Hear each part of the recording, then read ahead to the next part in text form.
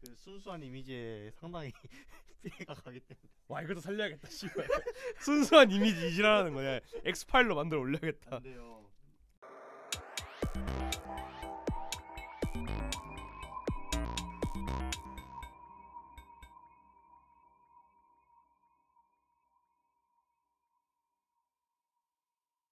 2022년 12월 5일입니다. 10시 9분 아니지 22시잖아. 22시입니다. 네, 저희가 밥 먹고 왔습니다. 네, 뭐 근데 10시 9분, 22시 9분 뭐 본질적으로는 10시 9분 하면 또 네. 저희 아침에 모여서 하는 줄 알 수 있으니까 22시 9분입니다. 밥 먹고 왔습니다. 뭐 배가 든든하긴 하네요. 네, 파건메이트 비시즌 콘텐츠 파워 12화 시작하겠습니다. 안녕하세요, 미드입니다. 포르테입니다. 네, 파워는 아시아를 향해 뻗어나가는 인천 유나이티드 팬 커뮤니티 인천 네이션과 함께하고 있으며 파건메이트 유튜브 그리고 팟빵에서 파워 콘텐츠를 청취하실 수 있습니다. 네, 저희가 밥 먹고 왔어요. 네, 저희가 아까 그 아마 11화를 들으신 분들은 저희가 굉장히 알차게 1시간 반을 저희가 해자스럽게 보내드렸잖아요. 이게 보통 1시간을 목표로 잡고 하는데 이번에 너무 얘기를 하다 보니까 저희가 신나가지고 해자스럽게 1시간 반을 챙겨드렸는데 그거하고 저희가 동시에 한 말이 존나 배고프다. 뭐 좀 먹고 하자. 말을 많이 하니까 배고파졌어요. 네, 그래서 밥을 먹고 왔고요. 네. 다이어트 해야 되는데 큰일 났다. 저도 다이어트 중이거든요. 근데 이게 저 원래 지금 하루에 한 끼 먹고 있거든요. 점심 한 끼만.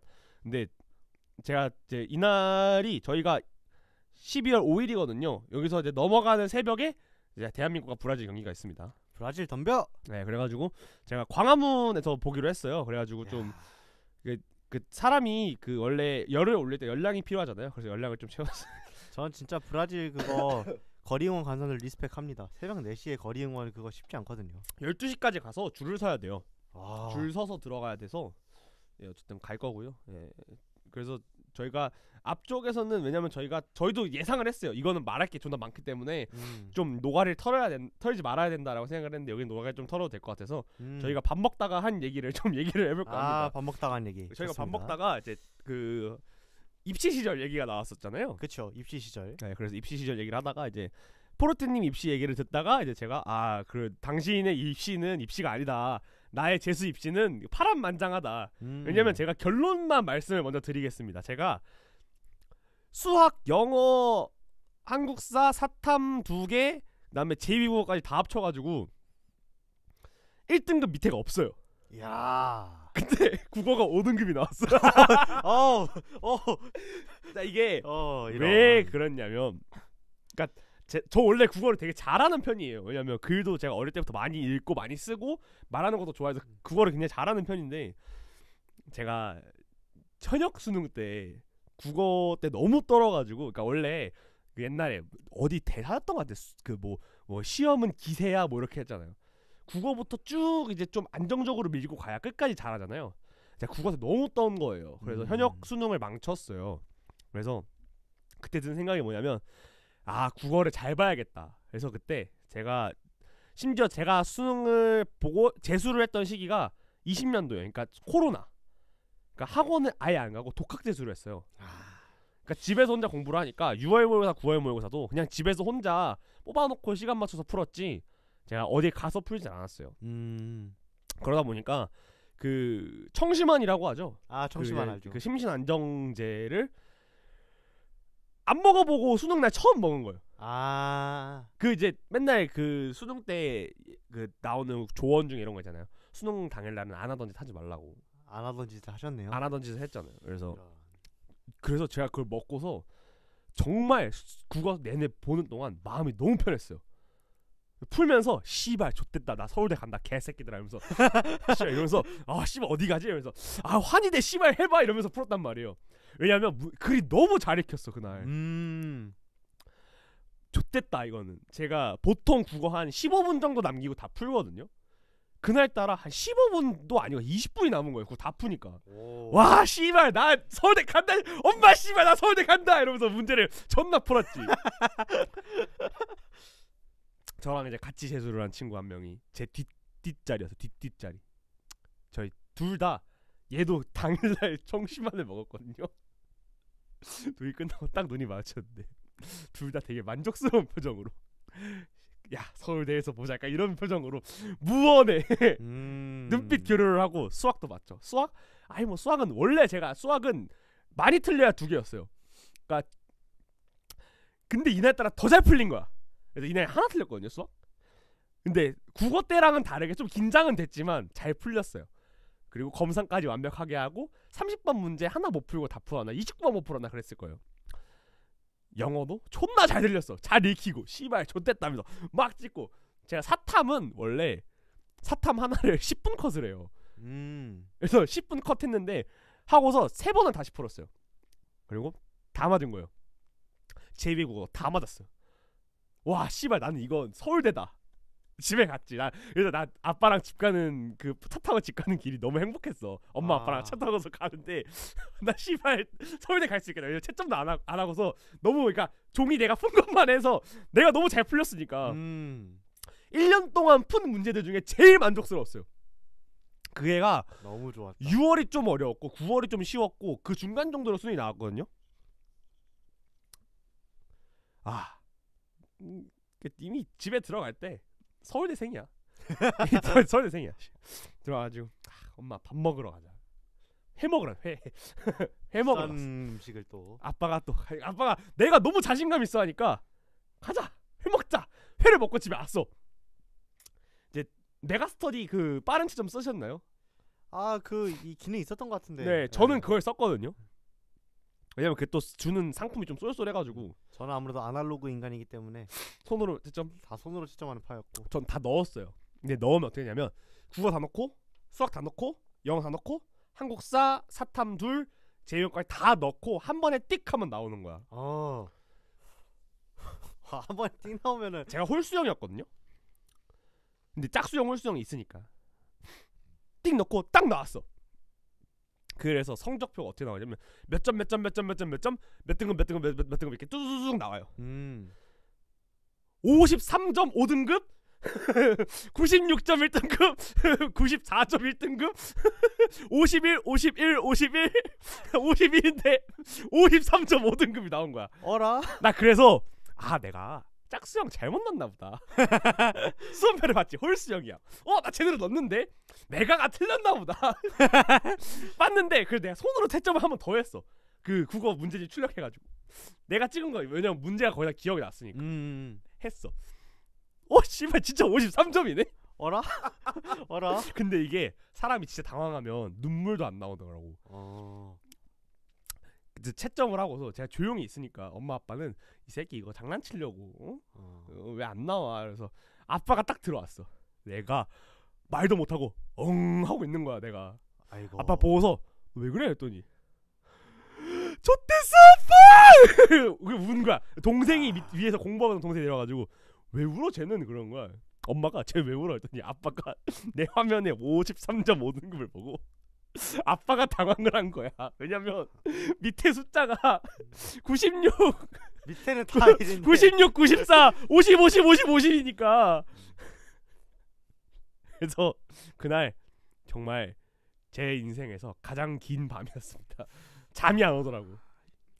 인정합니다. 이 정도면 진짜. 예, 그래가지고 그 제가 친구들한테 제 친구들 그러니까 고등학교 친구들 어쨌든 같이 공부를 했으니까 좀 그나마 제 실력을 아는데 중학교 친구들한테 저는 그냥 병신 새끼거든요. 친구들이랑 술 먹으면서 이제 그 다음 날 좆됐다 나. 근데 얘네가 그냥 제가 공부를 잘하는 것만 알고 있었지 얼마 잘하는지 몰랐단 말이야. 뭐 어떻게 됐는데 그러는 거야. 그래서 씨발 대학 못 갈 거야. 삼수해야 될 것 같아. 왜냐면 그때 수시를 넣긴 했는데 그러니까 이미 서울대가 머릿속에 들어와 있다가 수시로는 서울대 못 갔거든요. 그러니까 이미 좆됐다고 생각을 한 거예요. 친구들한테 성적표를 얘기를 그냥 숫자만 얘기해줬어요. 51111이다. 애들이 5가 뭐야? 그래서 5과목 시험 봤다고? 병신이냐? 이런 거예요. 아니 5등급이라고 씨발. 근데 야 씨발 5등급은 나도 안 받는 거 네가 왜 받냐 이러는 거야. 내가 그래서 메가스터디 꺼내서 보여줬어요. 애들이 술 먹다가 그대로 진짜 술자리 입 대고서 이러고 있는 거야. 결론적으로는 이제 수시가 붙어서 대학교에 오긴 했지만 삼수를 했다면 저는 이제 이것도 못 하고 있었겠죠. 예. 저는 참 수능에 있어서 다이나믹한 건 별로 없었어요. 왜냐면은 수능 애초에 저는 모의고사하고 수능이고 이 범위 내를 벗어나지 않는 항상 일괄적인 성적. 근데 좋아요. 그 중에서 유일하게 변수가 있는 과목이 영어였는데 제 그날의 컨디션에 따라 영어가 1부터 4등급까지 모두 나와봤고요. 모의고사까지 포함해서. 정도윤의 그날인가요? 저 주사위예요? 이게 제가 영어 스타일 자체가 문법 같은 거 절대로 공부하지 않습니다. 직관? 저는 어릴 때부터 원어민은 학원을 댕기면서 했던 그 감각에 의존하여서 제 감으로 언어를 때려 맞추거든요. 이게 잘 풀리는 날에는 그냥 어우 씨발 영어를 왜 공부하냐, 안 풀린 날에는 어우 씨발 하나도 모르겠어 이렇게 되는데 한 6mon가에서 한번 4를 봤었고 반대로 그 다음 모의고사는 1이 나왔어요. 이런 식으로 한 번이 시험에서 왔다 갔다 결국 수능 때는 딱 80점으로 2등급이 마지막을 장식을 했었는데 근데 수능 때 그건 있어요. 그 수학이 이거 아시는 분들 있을 것 같은데 객관식 21문제잖아요. 네. 오지선다형이잖아요. 그래서 개수가 4개, 4개, 4개, 4개, 다섯 5개가 네. 나온다. 이거 있잖아요. 그렇죠. 숫자 근데 맞춰. 보통은 이것 때문에 21번 할 때 꼼수 쓰는 걸 방지하려고 개수를 하나 뒤틀어 가지고 못 찾게 만든단 말이에요. 그렇죠. 근데 제가 21번에서 막혔는데 혹시나 해서 했는데 왜인지 모르게 답이 나오는 거예요. 이게 그럴 리가 없는데? 원래 답이 안 나와야 되는데? 어차피 비니까 체크를 했죠. 근데 여기서 알았어야 됐어요. 제가 검사를 앞에 있는 걸 했어야 됐다는 거. 그렇지. 검사를 해야지. 정작 그렇게 찍은 건 맞았고 앞에 거 맞어? 앞에 있는 걸 틀리는 상황이 됐는데 근데 어쨌든 간에 거기에서 뭐 이것도 어떻게 보면 꼬인 거지만은 그쵸. 실수를 잘 검토를 했다면은 수학을 1로 올릴 수 있었겠지만 결국 2가 뜨고 말았고. 안돼 그거 검사해가지고 고쳤잖아. 그러면 21번 못 맞췄을 거야. 21을 못 맞춘 것도 네. 있고. 제가 애초에 21, 29, 30을 제외한 나머지를 맞추고 21, 29, 30은 하늘에 맡긴다 전략이었고 88점 맞는 전략. 보통 제가 29랑 30 중에 하나 정도는 풀었어요. 어. 그럼 하나는 틀려. 둘 다는 못 맞춰. 그치. 29번이 보통 확통 나오고 30번이 미적분에서 나왔으니까 둘 중 하나는 쉬웠거든. 왜냐면 그래서 보통 88에서 92를 노리는 그런 전략이었는데 어중간하게 되니까 뭔가 기분이 되게 좀 그렇더라고. 그것도 그것 때문에 최저가 골로 가버렸기 때문에. 그리고 그때 또 국어도 저가 봤던 수능 때 국어가 존나 어려웠다고 했어요. 자전 공전 그거 나왔던 것 같은데. 그거 그 역대 최악의 문제. 이걸 했는데 근데 내가 풀 때 처음에 별 생각 없이 풀었거든요. 했는데 화작문을 풀 때 별 생각 없이 뭐 괜찮은데라고 풀었는데 그게 화장품 어려웠잖아. 앞에부터 어려웠으니까 시간을 봤는데 원래 했던 시간보다 한 5분 정도 더 많이 걸린 거예요.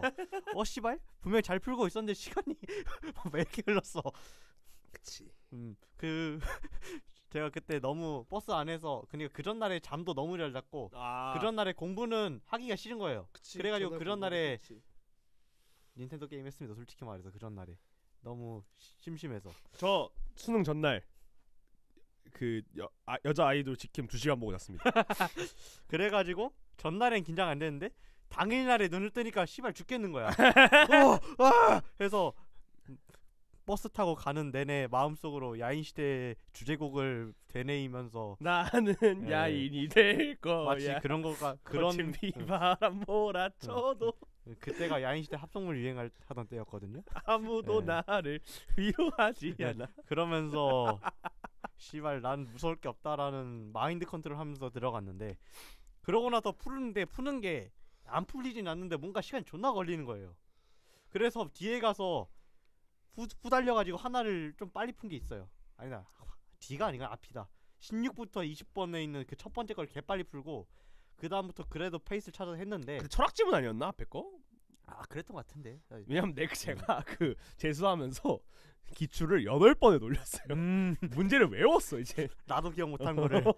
그래서 그때 쉬는 시간 되는데 같은 고등학교들 거의 비슷하게 몰아놨거든요. 전부 표정이 다 썩었지. 그치. 썼고 존나 어렵다고 좆됐다고 다 이러고 공사 합격한 친구만 이제 유유히 놀고 있고 막 그러고 있었는데 그렇지. 네. 공사. 근데 저는 뭔가 이때 기분이 괜찮은 거예요. 뭔가 고생은 했지만 내가 그렇게 존나 못 푼 것 같진 않아. 이런 분위기에서 이 정도면은 괜찮겠는데?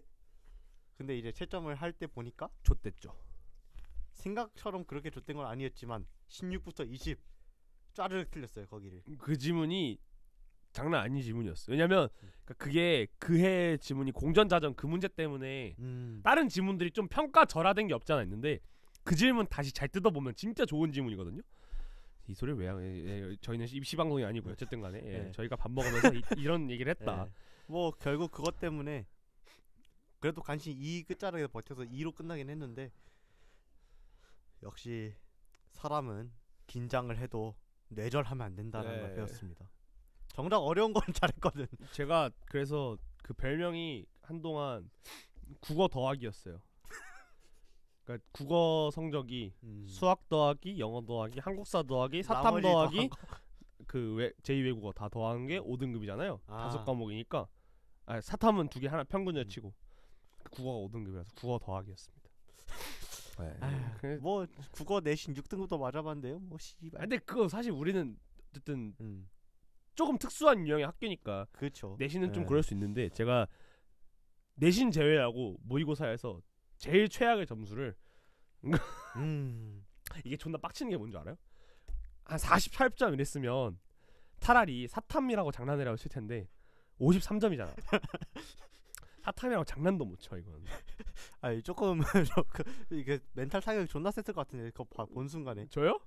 그러니까 제가 아까 말했잖아요. 사람이 당황을 하면 눈물이 안 나온다니까? 그냥 한 10분 동안 화면만 보고 있었어. 난 뭘 한 거지? 이러면서. 이게 직감을 하고 두들겨 맞는 거랑 직감도 못하고 두들겨 맞는 게 달라가지고. 왜냐면 아까 말했잖아. 상다른 시험지보다 5분을 빨리 풀었다니까? 아니 내가 풀면서 내가 사실 자만하면 안 되잖아요. 근데 이건 자만이 아니라 그냥 이건 되는 날이라고 생각을 했어. 씨발 개새끼들아 나는 서울대로 간다 이러면서 문제 풀었단 말이야. 좋댔죠. 예. 서울로 오긴 했네요 대학을 다행히. 다행입니다. 예. 어쨌든 저희가 이런 얘기를 하고 밥을 먹고 왔고요. 저희 떡볶이 먹고 왔습니다. 튀김이랑 떡볶이. 맛있었습니다. 조만간 떡볶이를 만들러 가야 되는데 이제 떡볶이 모이에요. 떡보이. 그에 앞서서 약간 예방주사를 맞는 느낌을 먹었습니다.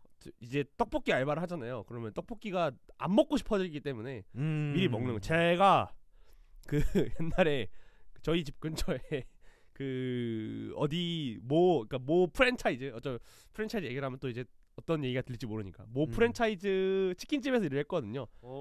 치킨 냄새만 맡으면 토를 할 뻔했습니다. 그렇게 되더라고. 그래서 그렇습니다. 넘어가도록 하죠. 그래서 저희가 12화에서는요 11화 얘기를 먼저 하면 11화에서는 저희가 베스트 11이랑 MVP 얘기를 했었고요. 이제부터 좀 포지션별로 좀 자세하게 파회하는 시간을 좀 가져볼 건데 오늘 12화에서는 골키퍼 그리고 수비수 영역을 좀 해보려고 합니다. 골키퍼는 뭐 명확한 포지션이지만 수비수는 좀 이제 위치를 옮겼던 선수들이 몇 명 있기 때문에 저희가 기준점을 잡고서 진행을 할 예정이고요. 그 기준은 여기 제 옆에 계신 그 안경변태 양반의 글이 기준이 될 겁니다. 뭐 좋습니다. 그래서 요거를 보시면서 그 글이랑 함께 들으시면서 보시면 조금 더 재밌게 이해가 되지 않을까 싶어서. 그 글은 뭐 제가 시즌 결산 시리즈 3부작으로 쓴 거 있는데 그 중에서 첫 번째 편이 골키퍼랑 수비수 코멘트거든요. 저는 사실 대본을 굳이 쓰지 않았습니다. 왜냐면 쓴 게 있으니까. 저도 딱히 안 썼어요. 머릿속에 있는 것만 얘기할 거라서. 뭐 이거 바탕으로 했고요. 이거랑 완전 똑같이 가진 않을 거예요. 뭐 여기는 평가 A, B, C, D 이런 것도 했었는데 뭐 그것까지는 할 필요는 없는 것 같고 그레이드를 매길 필요는 없고 그냥 선수들에 대한 평가 그런 거 정도만 하면 될 것 같아요. 제가 간단히 출전 스탯 정도는 읊고 그 다음에 선수에 대해 얘기하는 걸로 하겠습니다. 네, 그러면 먼저 골키퍼부터 시작을 해볼까요? 등번호 순으로 가실 거죠? 네, 등번호 순으로 가겠습니다. 네, 골키퍼 1번 이태희 선수 먼저 시작해보죠. 1번 이태희, 뭐 리그에서는 12경기에 나와서 18실점 기록을 했고요. FA컵은 한 경기에 나와서 여기까지 하겠습니다. 이거는 그 경기 그 최영건 코치님이 골키퍼한 걸로 하죠. 사실 그 경기에서 그렇게 된 게 이 선수만 책임이 아니라 사실 모두이 그거기 때문에 이태희가 몇 골 살렸죠. 넘어가겠습니다. 뭐 FA컵 얘기는 뒤로 하고 선수에 대한 이야기를 할게요. 뭐 올해 드디어 1번을 달았습니다. 골키퍼 하면 주전이 상징 1번이잖아요. 그렇죠. 근데 오랫동안 이태희 선수가 21번에 31번에 있었고 뭐 드디어 1번을 받은 게 사실 지난 시즌에 주전으로 뛰었기 때문이라고 생각해요. 근데 그럼에도 불구하고 퍼스트 골키퍼로 믿음을 받지는 못한 시즌이었다. 이 팀은 참 신기한 게 1번이 골키퍼를 못하게 돼요. 이상해. 1번을 달면 주전으로 못 나와. 이게 1번이 저주일 수도 있는데 뭐 이태희 선수가 완전 올해 별로였다고는 할 수 없어요. 중간에 뭐 팬들의 인정받은 기간도 있고 김동원 선수가 부상이 좀 있었잖아요 중반에. 그렇죠. 그럴 때 선발로 올라와서 보여준 감각들은 여전히 슈퍼 세이브를 만들 능력 있는 골키퍼구나 라는 거 보여줬고 사실 단점으로 지적받은 부분들도 옛날보다 많이 좋아지고 있다고 생각해요. 개선되고 있는 것 같아요 점점. 네. 사실 이태희 선수 킥에 대해서 저는 항상 이렇게 생각을 했어요. 시야가 좁은 건 아니에요. 참 잘 봐. 거기까지 보내지 못할 뿐이지 했는데 점점 갈수록 간결하게 킥을 빠르게 처리를 하면서 그 부분도 많이 개선이 되고 있고요. 뭐 그렇지만 김동원의 퍼포먼스가 올해 너무 좋았기 때문에 이태희 선수가 상대적으로 묻힌 감은 있습니다. 요거에 대해서 조금 더 얘기를 해보면 저는 이태희 선수의 선방 능력은 뭐 사실 의심의 여지조차 없었죠. 작년에도 저희 동물적인 선방들 정말 기억나는 장면들도 많이 있고 한데 이태희 선수는 우선 부상이 좀 컸죠 사실은. 예, 부상 그러니까 사실 그러니까 선수들이 부상도 운이에요 사실은. 그래서 운때가 안 맞았어요 올해는 사실. 그쵸. 초반에 부상이 길었고 네. 그게 어떻게 보면 김동원과 이태희의 시작을 바꿔버린 결정적인 차이였죠. 그리고 김동원은 어찌 보면 기회를 잘 잡은 거죠. 이태희라는 주전 골리의 부상을 잘 기회를 잡아서 메꾼 건데 이태희 선수는 저는 올해는 사실은 B뿔 A 이상의 성적을 주고 싶은 이유는 킥적인 측면이 정말 많이 좋아졌다. 그러니까 사실 작년에 진짜 그러니까 우리가 골킥을 보내면 하프라인 넘기잖아요. 네, 하프라인 이전에 사이드로 빠지는 공들이 가끔 있었어요. 그 정도로 심각한 킥들이 몇 개 있었는데 올해 기억나는 장면들이 몇 개 있는 게 뭐냐면 이태희가 캐칭하고 바로 롱킥으로 본인이 연결을 해서 공격으로 넘어갔던 장면들이 있어요. 맞아요. 이 장면이 아까 포르테님이 말씀하신 시야를 가진 선수라는 걸 잘 반증해 주는 것 같아요. 그래서 본인이 공격 루트를 잘 보고 있고 그리고 어쨌든 필드 플레이어 출신이니까 패스 길이나 공격이 어떻게 전개되는지 좀 알고 있는 선수잖아요. 그걸 바탕으로 본인이 충분히 강점으로서 가지고 있는 선방 이후에 빠른 공격 전개, 요게 어찌 보면 이 선수의 새로운 무기가 될 수 있고 이게 김동원은 아직 가지지 못한 거긴 하거든요. 김동원 선수는 스피드 있게 처리를 하는 게 이런 역습적인 킥을 찾는 선수는 아니에요. 네, 그래서 좀 더 공격적인 킥을 잘 차는 이태희가 자신의 무기를 하나를 또 챙긴 게 올해가 되지 않나. 뭐 물론 과거에도 몇 장면 있었지만 올해 그거를 좀 안정적으로 꾸준히 가져갈 수 있는 능력을 좀 챙겼고 12경기 나와서 18실점이 사실 경기당 1.5실점이 인천 같은 수비 위주의 축구를 하는 팀에게 큰 실점량은 아니에요 사실. 김동원이 정말 말도 안 되게 안 먹힌 거지. 김동원 방어율이 0점대이기 때문에 네. 1점대 골키퍼도 못한 게 아닌데 어쨌든 비교 대상이 너무 잘했다 보니까 좀 아쉬울 뿐이지. 뭐 저희 옛날에 3점대 골키퍼도 있었는데요 뭐. 알겠습니다. 아 사실 이태희 선수 FA컵만 6점대 아닙니다. 아닙니다. 어쨌든 간에 예, 이렇게 생각을 하기 때문에 이태희 선수는 이제 들리는 소문에 의하면 아무래도 1년 더 같이 동행을 할 것 같은데 제가 이 글 쓸 때는 나갈 것 같았는데 그죠. 저희가 들은 소스에 의한 동시에 들은 소스에 의하면 이제 K4 리그에서 이제 흔히 말하는 이제 그 공익 생활을 하면서 선수 생활을 연장을 하고 좀 몸을 만들어 올 생각이었는데 여러 가지가 어떻게 되면서 좀 변경이 됐어요 지금은. 그래서 저희 주변에 있는 K4 루머꾼 하나 있거든요. 그 사람한테 똑같은 얘기를 들었었는데 어쨌든 뭐 내년이 이 선수에게 어떤 영향을 끼칠지 모르겠지만 기회가 또 올 수도 있을 것 같아요. 왜냐하면 인천의 골키퍼는 1년짜리도 정해진 게 없어요. 맞아요. 누가 어디서 올라올지 모르기 때문에 그런 기회가 왔을 때 좀 잘 잡아서 더 좋은 선수로 성장하길 바란다. 인천 키퍼진 최대 장점은 주전과 서브의 격차가 별로 없다라는 거고요. 사실 예전에는 그게 나쁜 거였어요. 왜냐면은 주전은 없고 서브밖에 없다는 소리였는데 그렇죠. 지금은 그래도 전반적인 퀄리티가 올라온 것 같아요. 선수들이 여러 명 있다라는 생각으로 하면 되니까 이태희 선수는 이 정도로 마무리를 해보죠. 네. 다음은 이제 21번 김동원 선수입니다. 네. 리그 25경기 나와서 22실점 0점대 방어율이에요. 이 0점대 방어율이라는 것 자체가 0.88이네요. 이 정도를 기록한 선수도 별로 없었고요. 애초에 인천 한 시즌을 통으로 주전을 보낸 선수 중에서 0점대 방어율이 없어요. 가능했던 선수는 뭐 2015 유현 정도? 근데 그때는 수비가 진짜 너무 좋았던 시즌. 수비가 너무 잘해서 사실. 그리고, 물론 지금도 수비가 넘사긴 합니다만. 그리고 그 전후 한 2005 시즌 선수들 정도로 가면은 0점대가 나와요. 예. 그렇게 인천이 정말 잘한 시즌에 0점대가 나와요. 그렇죠. 올해도 인천이 잘했는데 근데 또 이제 김동원 자기 스스로 걷어낸 공들이 많기 때문에 거기에 더 플러스를 줄 수 있을 것 같아요. 뭐 사실 공격적으로 역습을 이끄는 건 이태희가 좀 더 잘했지만은 전반적인 경기의 흐름을 잡는 거는 김동원이 좀 더 잘 해줬던 것 같고 안정성 측면에서도 조금 더 그런 편이죠. 뭐 인천에서 가장 국대랑 가까운 한국 선수라는 찬사를 들을 정도였기 때문에 그래서 저도 그렇게 생각을 하고 그래서 시상식 때 못 들어간 게 아쉬운 거잖아요. 그렇죠. 예, 베스트 11 후보에 못 들어간 게 좀 아쉽다. 뭐 김동원 골키퍼가 사실 처음 올라왔을 때가 2019년인데 당시에는 사실 팬들도 그렇게까지 알려진 이름이 아니었잖아요. 콜업이 됐을 때는. 그리고 사실 용인대에서의 스탯이 막 이거는 아니었어요. 아주 따봉은 아니었고. 장관볼 시절에 있던 선수인가요? 네, 장관볼. 네. 뭐 그 당시에 그냥 괜찮은 골키퍼 유망주 느낌이었는데 프로에서 기회를 한번 받았을 때 확실히 살린 것도 있고 그리고 인천 김희섭 코치가 골키퍼들 경쟁 붙이는 걸 선호하는 성향인 것 같아요. 이거는 본인이 선수 커리어랑도 연결된 것 같은 게 그렇죠. 본인도 그런 커리어를 보내왔으니까. 인천 유나이티드에서 김희섭 코치가 풀 시즌을 마음 놓고 주전을 뛴 시즌이 거의 없고 매 시즌마다 경쟁이 연속이었고 거기에서 끝까지 이겨낸 선수가 김희섭이었기 때문에 본인도 이제 골키퍼들이 컨디션에 따라서 한 번씩 붙이는 것 같아요. 그래서 김동원 선수가 좀 떨어져 있을 땐 이태희를 기용하고 이태희가 떨어져 있으면은 김동원을 기용하고 심지어는 민성준을 서브로 올리기까지 했어요. 그렇죠. 그런 경쟁 체제에서 그래도 최후의 선택을 받은 게 김동원이라는 게 시사하는 바가 크다고 생각해요. 김동원 선수 올해는 뭐 사실은 저희가 전 회차에서도 코멘트를 했습니다만 골키퍼가 보여줄 수 있는 최고의 컨디션을 보여줬어요.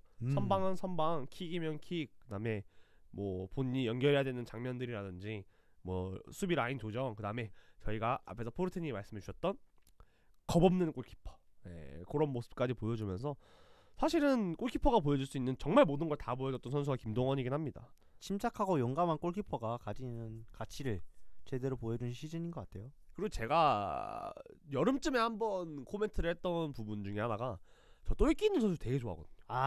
김동원은 약간 그게 보여요. 그러니까 저희가 워낙 순둥순둥한 선수들이 많아가지고 좀 그런 면에서 좀 들이박아줄 수 있는 선수가 없다 이런 얘기를 했었는데 김동원은 그런 선수인 것 같아요.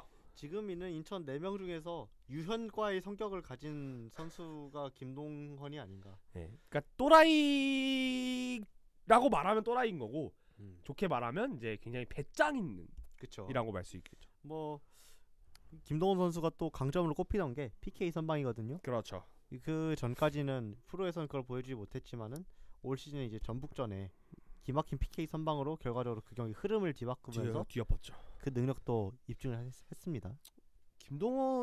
김동원의 유일한 단점이라고 뽑혔다고 볼 수 있는 공중볼 캐치도 올해 김희섭 코치가 정말 많이 해소를 시켜줘서 이제는 진짜 빈틈없는 골키퍼가 됐다. 김희섭 코치가 슈팅을 너무 잘 쳐서 그분이랑 훈련을 하면은 슈팅 방어력은 좋아지지 않을까.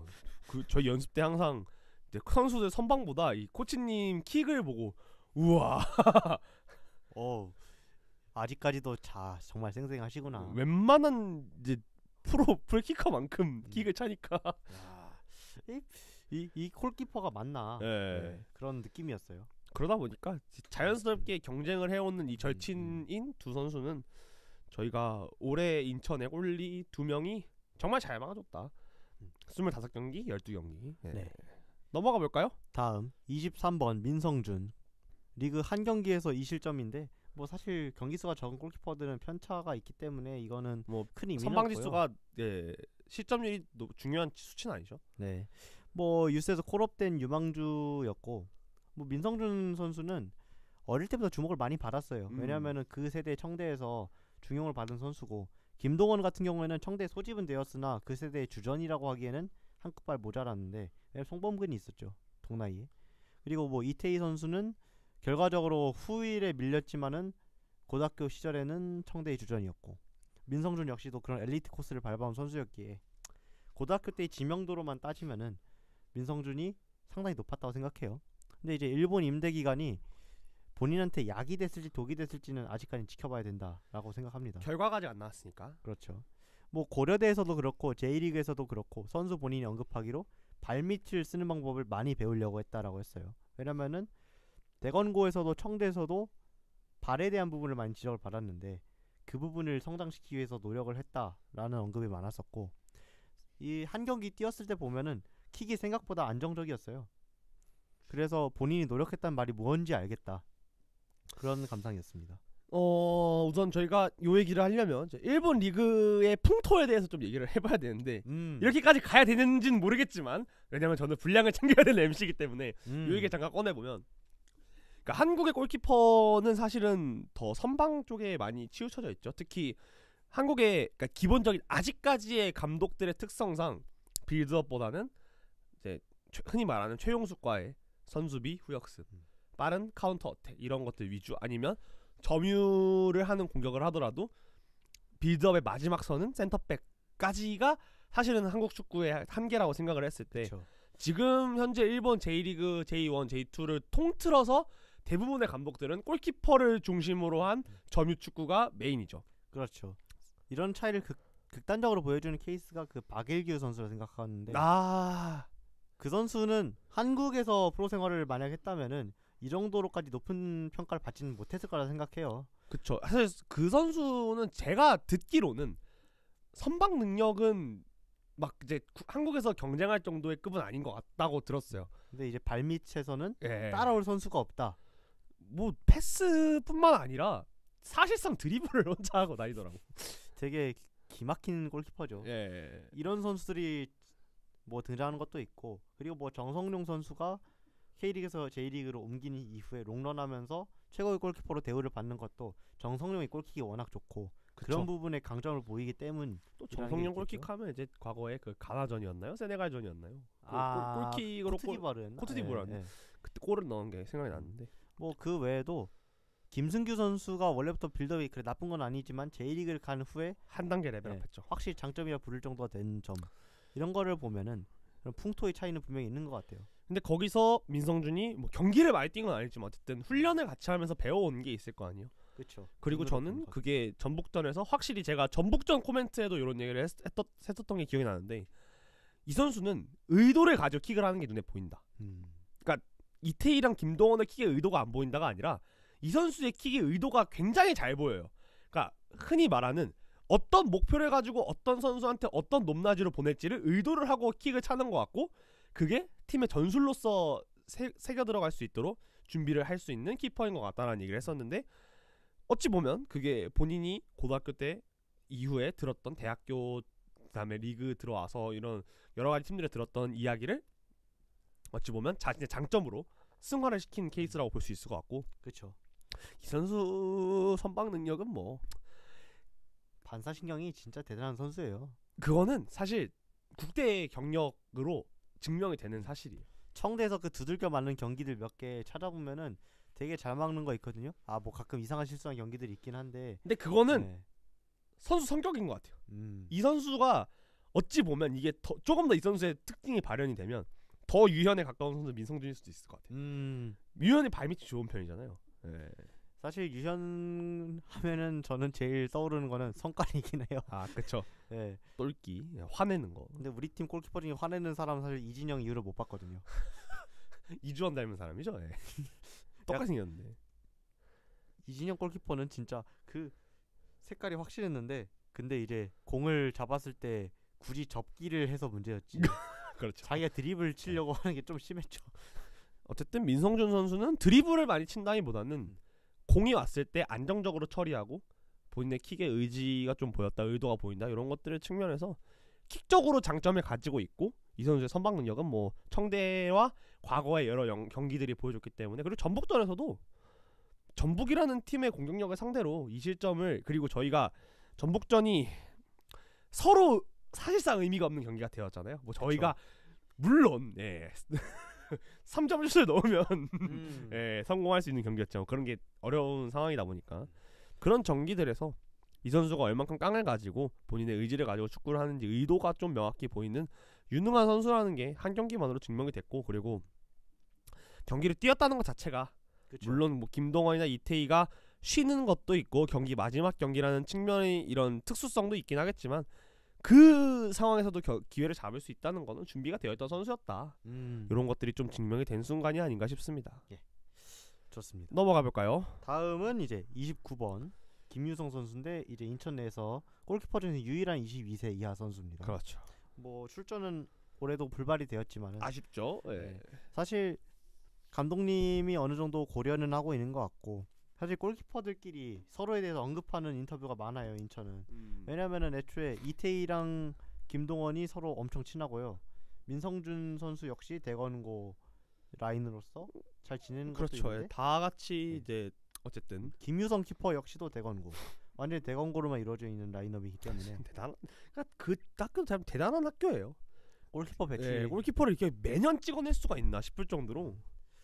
그래서 이제 김유성 선수에 대한 언급은 이제 유성이는 조급해야 한다라는 말이 가끔 나왔어요. 이게 뭐냐면은 잘 안 풀릴 때의 그 감정을 아직까지 컨트롤하는 게 미숙했던 것 같아요. 그게 훈련장이나 그런 데서 좀 나타났던 것 같은데 근데 이제 그거랑 별개로 제가 이제 워밍업 할 때 김유성을 봤을 때는 전에도 얘기를 했지만 정말 신기한 선방을 가진 선수고요.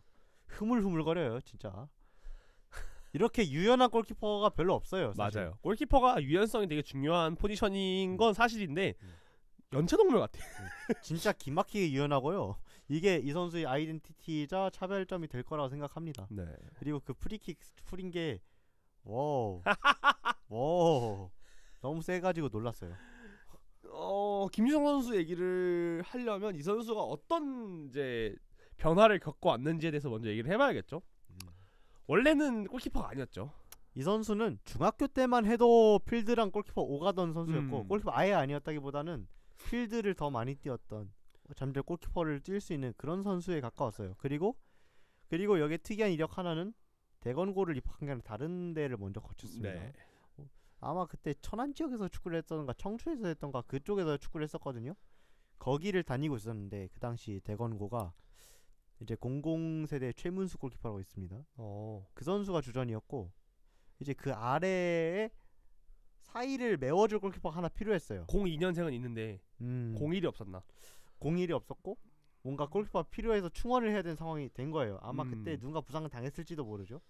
그래서 추가로 뽑겠다라는 공고를 이 선수가 2학년이 되던 시점에 올렸고요. 그 공고에 응해서 들어온 게 이제 김유성 골키퍼. 들어오고 나서 뭐 바로 주전을 뛴 건 아니었습니다. 왜냐면 바로 위에 있는 최문수가 00세의 주장이었어요. 뭐 주장까지 맡은 선수가 있으니까 이 뭐 뺏긴 힘들었겠죠. 네.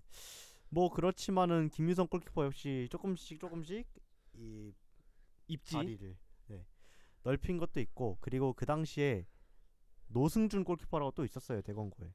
그 선수도 이제 나이가 비슷했는데 거기도 청대까지 찍어본 선수거든요.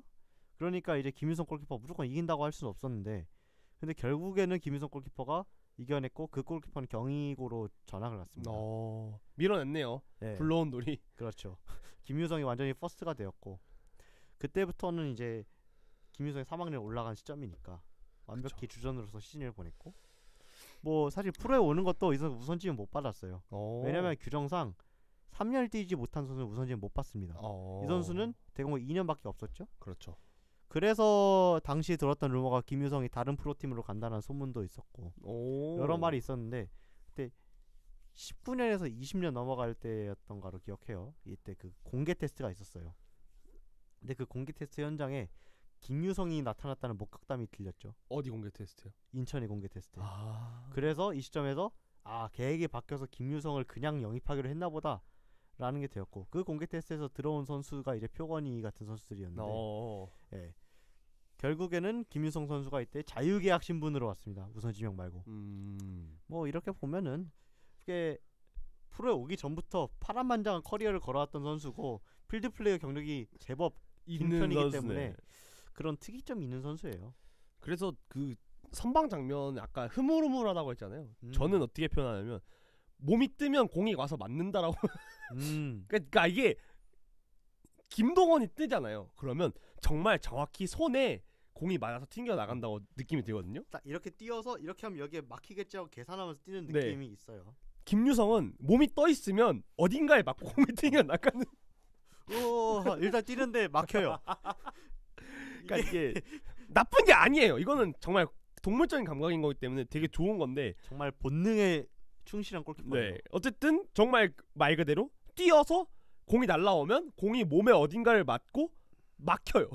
요런 프로세스인데 어쨌든 뭐 결과적으로는 이 선수가 올해 데뷔를 못했어도 청대에 결국에 들어갔습니다. 그쵸 갔죠. 예, 김유성 선수는 동나이띠에서 엘리트 골키퍼는 아니었어요.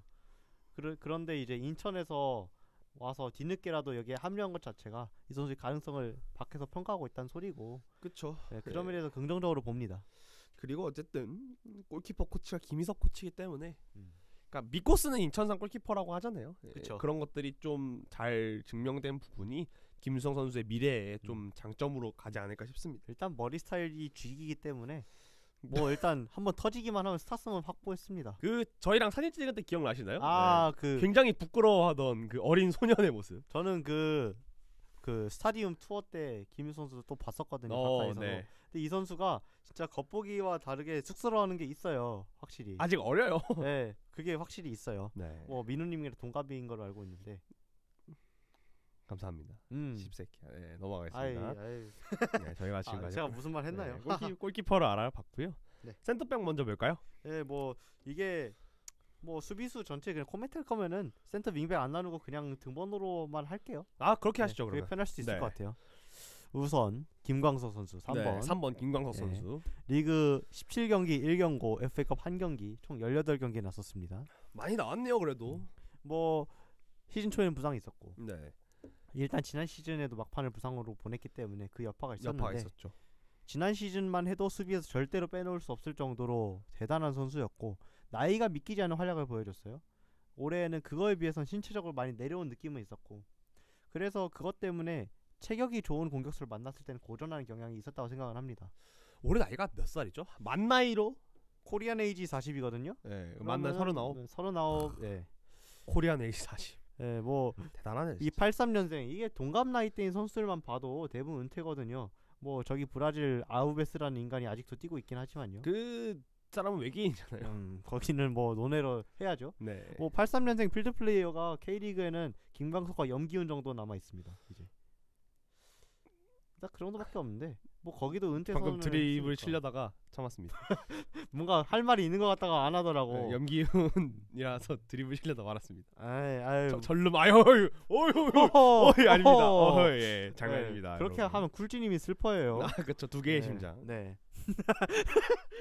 네, 뭐 여튼 김광석 선수가 노세아의 여파로 떨어진 거랑 실책이 늘어난 것 때문에 안타까움을 샀지만 그 외에 좋게 볼 거는 여전히 경기를 읽는 능력이 너무 좋다. 이 상황에서 어떻게 해줘야지 우리가 공을 계속 점유를 할 수 있고 흐름을 잡을 수 있는지 알고 있어요. 저희가 둘이 동시에 한번 했던 얘기 중에 하나가 김광석이 골키퍼한테 볼을 받으러 나가는 타이밍이 맞아요. 기가 막히다.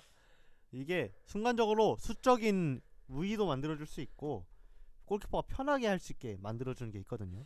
그러니까 뭐 저희가 최근 들어서 골키퍼가 짧은 패스로 이제 공격을 이어나가는 장면들이 작년에 조성환 감독님 오신 이후부터 조금 많아졌죠. 재작년부터. 그렇죠.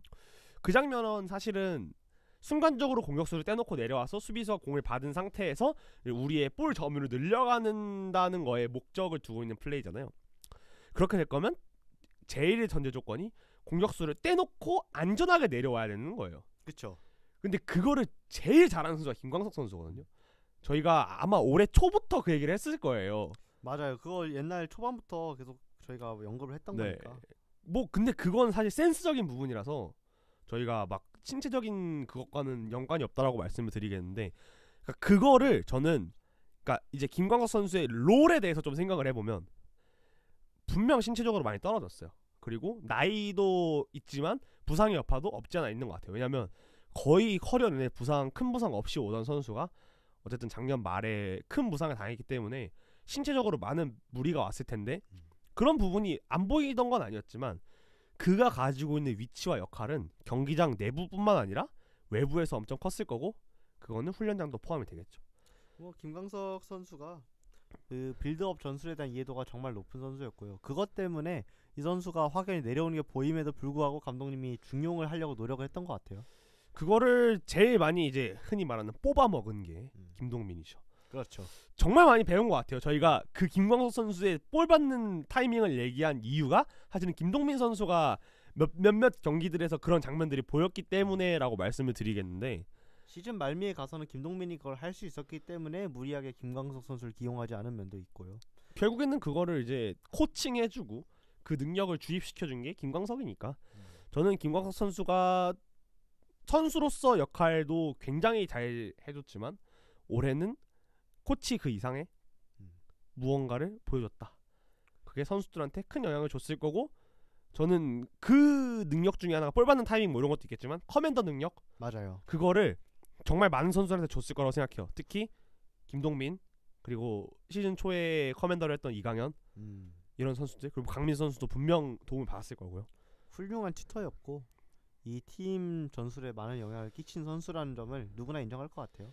그래서 최고의 선수나 필수 불가결한 존재인 선수는 아니었지만 결론적으로 본인에게 주어진 역할은 충분히 다 했을 것으로 예상이 된다. 네. 이렇게 평가를 하면 될 것 같습니다. 넘어가 볼까요? 네, 4번 강민수 선수입니다. 그렇습니다. 리그 25경기 나와서 1경고 1퇴장. 뭐 퇴장도 기억이 나네요. 네. 뭐 그렇지만은 근데 그 퇴장이 네. 불필요했나?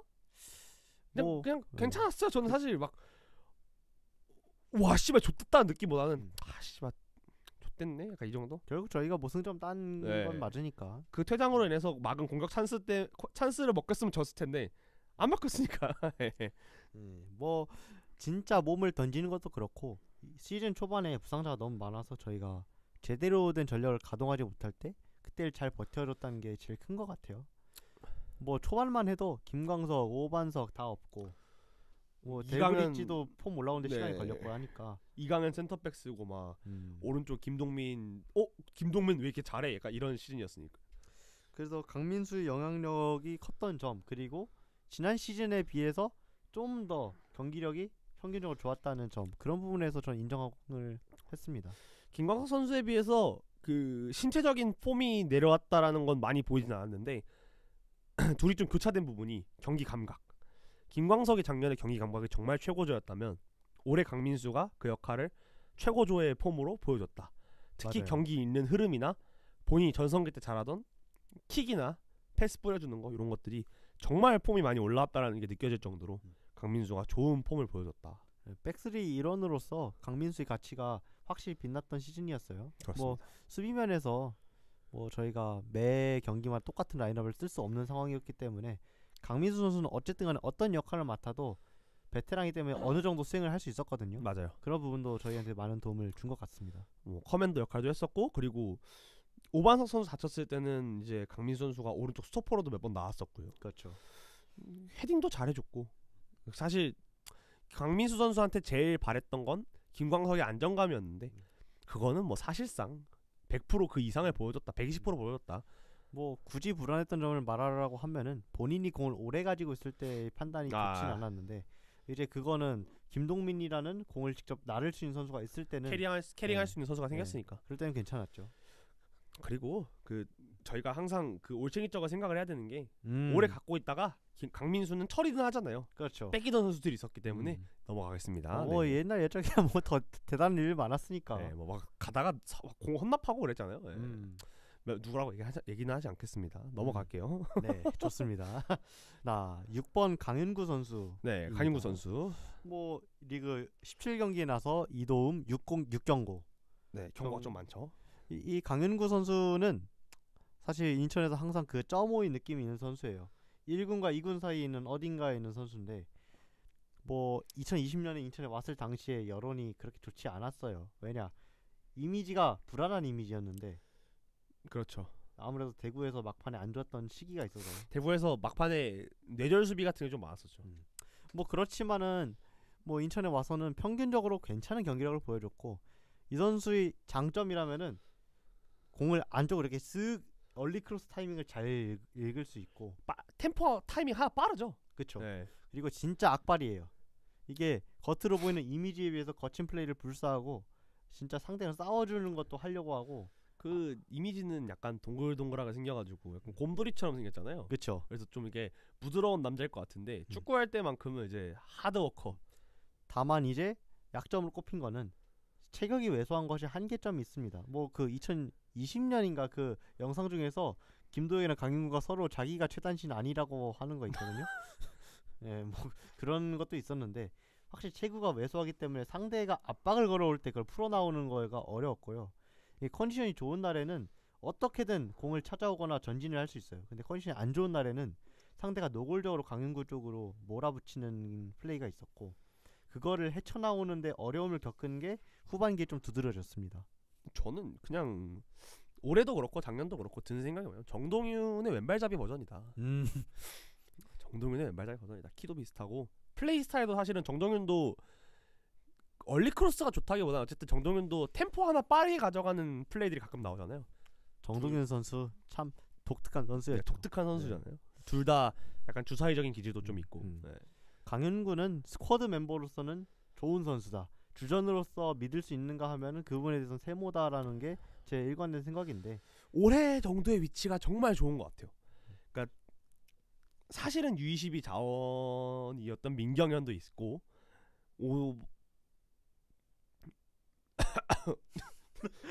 목이 메는데 이주용. 이주용. 이주용 생각하면 목이 메는데 네. 이주용 같은 케이스도 있고 그다음에 뭐 왼쪽에서 나와줄 수 있는 베테랑 뭐 김창수 이런 선수도 있지만 결론적으로 그 두 선수가 동시에 다 빠졌을 때 무너지는 팀이 있는 반면에 우리는 강윤구라는 스쿼드 멤버가 있기 때문에 한 번씩 버텼어요. 맞아요. 그 민경현 선수도 부상이 올해 없었던 것도 아니었고 이주용은 사실은 부상 얘기하면 좀 길어지니까 그런 타이밍마다 한 번씩 버텨준 게 강윤구였기 때문에 강윤구의 존재는 우리 팀에게 올해 와 씨발 진짜 너무 중요한 스쿼드 멤버다까지는 아니지만 본인의 역할을 잘 해준 편이라고 생각을 합니다. 네, 괜찮은 선수였고 본인이 역할은 충분히 해줬다고 생각하는 그런 자원입니다. 다만 좀 고쳤으면 하는 거는 이제 판단력, 특히 경고. 네. 이 거칠게 플레이하는 거가 뭐 필요 없는 경고를 받는 건 지양을 해야 되는 거고요.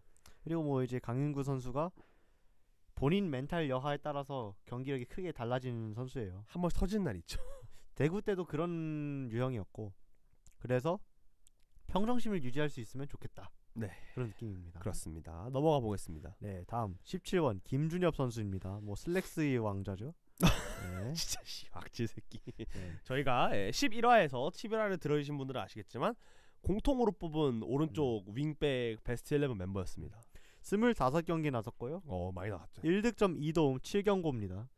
1득점은 머릿속에 스쳐가는 장면 하나 있고요. 네. 뭐 이 김준엽 선수는 어떻게 보면은 이 인천 스쿼드 내에서 본인이 힘으로써 다시 한번 주전자를 쟁취해낸 대표적인 선수예요. 왜냐면은 뭐 영입 당시 기준으로는 인천이 양 사이드가 너무나도 화려했기 때문에 닥주전이라고 데려왔지만은 저희가 21시즌 시작할 때 오재석이라는 선수를 데려왔고 그렇죠.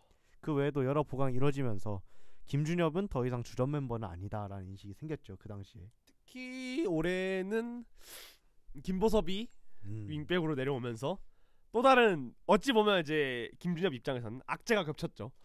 그렇죠. 뭐 그렇지만은 김준엽 선수 개인이 경기력이 훌륭했던 것도 있고 김보섭이 성장하면서 김보섭 활용할 방법을 찾은 것도 있고 이 모든 게 겹치면서 김준엽은 다시 한번 주전 윙백이 됐습니다. 뭐 저는 조성환 축구에 제일 어울리는 윙백 스타일이라고 누차 생각을 했고요. 그리고 센터백 자리 공백 메웠을 때도 의외로 상당히 잘했어요. 과거에 스토퍼를 섰던 기억이 없었거든요. 저는 이 선수는 오히려 윙어에서 내려온 선수지 수비하다가 올라온 게 아니기 때문에. 근데 뭐 본인의 신체 능력과 진짜 말도 안 되는 점프력, 활동량을 바탕으로 스토퍼 역할도 굉장히 잘해줬다. 상당한 멀티플레이어예요. 네. 뭐 인천에서 우측을 주로 뛰지만 과거 부천에서는 왼쪽 주전이었고요. 왼쪽 그리고 인천에서는 이제 스토퍼도 뛰었고 뭐 윙어도 사실 시키면 할 수는 있을 거예요. 아직도. 다만 그렇게 쓸 이유가 별로 없기 때문에 윙백으로 쓰는 거죠. 크로스. 할 말은 해야죠. 예. 김준엽의 공격 포인트는 멋있는 크로스를 올리기보다는 상대를 그냥 비비다가 하다 컷백이거든요. 그렇죠. 예. 이게 이 선수도 발재간이 조금 있는 편이라서 라인 타고 들어가는 장면들이 좀 있잖아요. 그렇죠. 예. 약간 이런 유형의 선수들이 돌파에 들어가다가 시원시원하고 좋아요. 맞아요. 이 마지막 선택지 문제 같은 경우에는 그거는 그 이제 저는 이제 포기를 했어요. 그러니까 이거는 태생적인 문제다.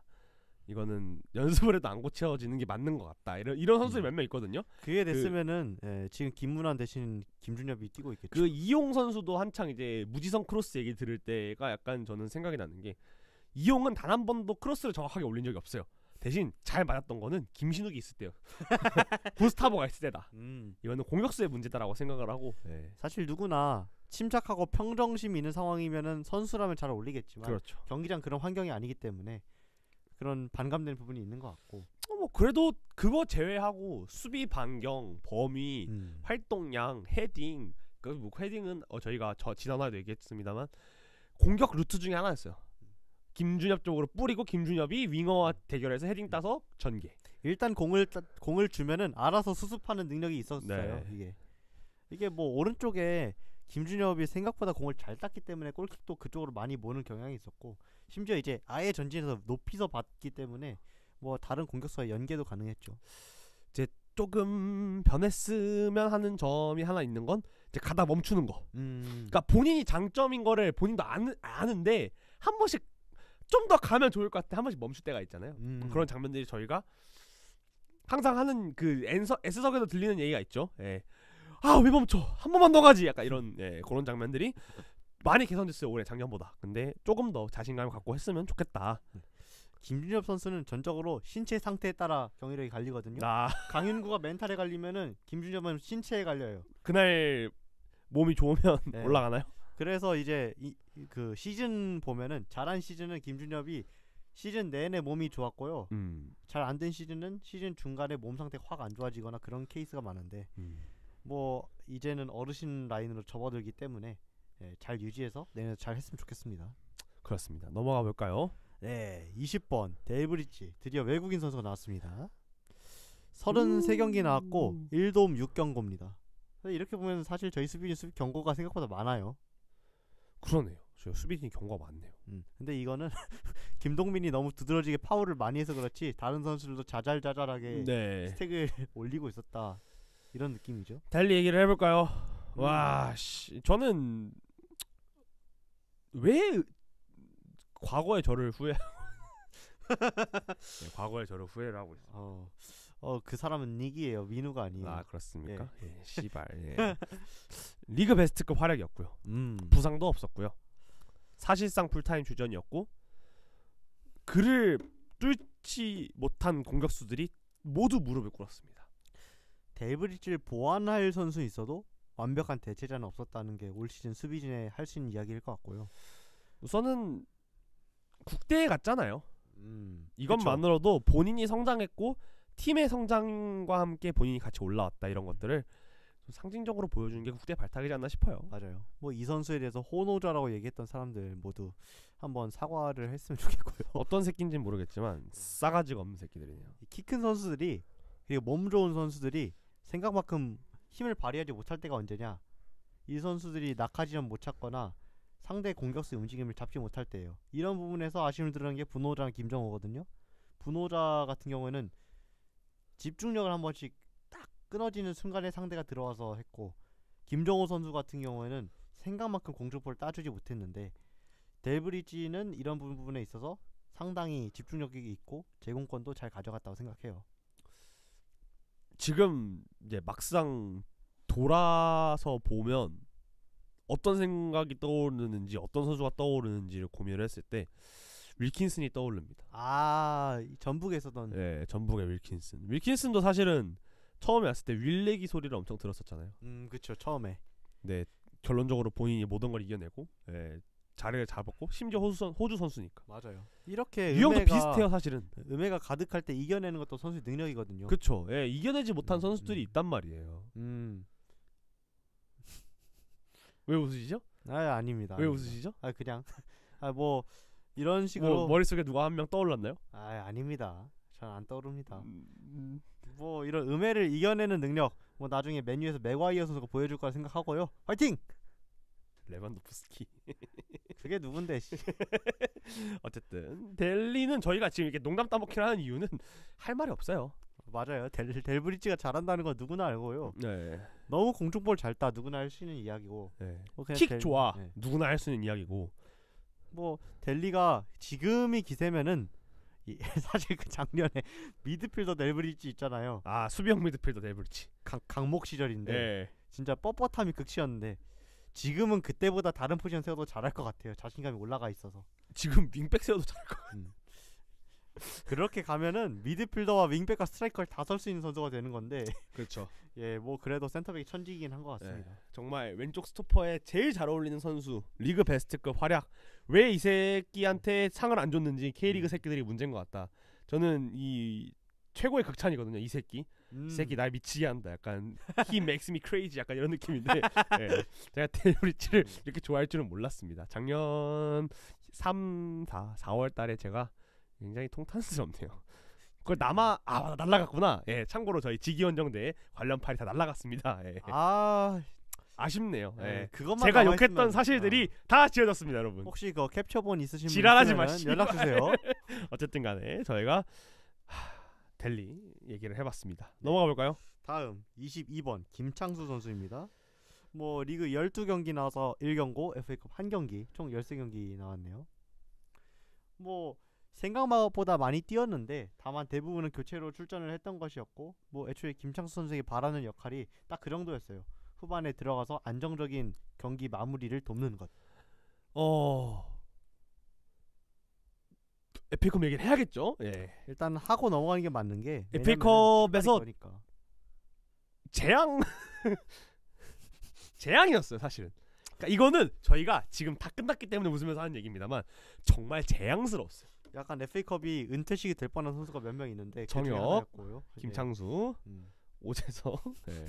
요 세 명은 진짜 은퇴식이 될 뻔했는데, 네, 그중 한 분은 진짜로 은퇴를 했지만은 뭐 막말로 막판에 잘했으니까 은퇴를 정말 예쁘게 했지만, 김창수 선수는 FA컵 정기력이었으면 진짜 큰일 날 뻔했는데, 저희가 9월 넘어가면서 김창수 선수가 나올 때 코멘트가 조금씩 바뀌어갔던 거를 좀 되짚어 보겠습니다. 김창수 선수가 한 번 교체 출전을 나왔어요. 그때 맞아요. 처음에 나왔을 때가 스토퍼로 나왔습니다. 나왔을 때 정말 잘해줬어요. 왜 본인이 올림픽까지 갔던 수비수였는지를 증명하는 경기였습니다. 사실 월드컵까지 갔으니까. 그렇죠. 네. 그렇죠. 월드컵도 갔네요. 이게 생각보다 커리어가 좋아요. 이게 진짜 지금 막상 막 돌이켜 보잖아요.